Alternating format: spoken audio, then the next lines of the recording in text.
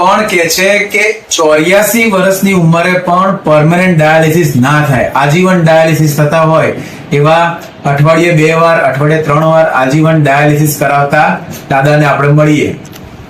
ભોગીલાલભાઈ عندي خوش فصلة يا اخي تفوز تفوز والله خوش رقصة يا اخي دوس دوس عندي خوش فصلة يا اخي કેવું છે દાદા? تفوز والله خوش رقصة عندي لك رقصة قوية આ અમારા ભોગીલાલ દાદા છે.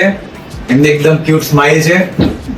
અને હા, આજથી લગભગ દિવાળી પહેલા, હા 2025 માં બહુ ખરાબ કન્ડિશનમાં એડમિટ થયા હતા અને એમને સ્ટ્રેચર પર લઈ ગયા હતા.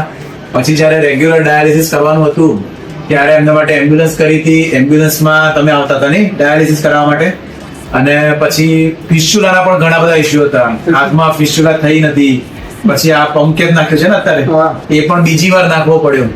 અને સમય જતા અમુક મહિના પછી એવું થયું કે એ સ્ટ્રેચર માંથી વ્હીલચેર પર સ્ટાફ લઈને આવતા હતા.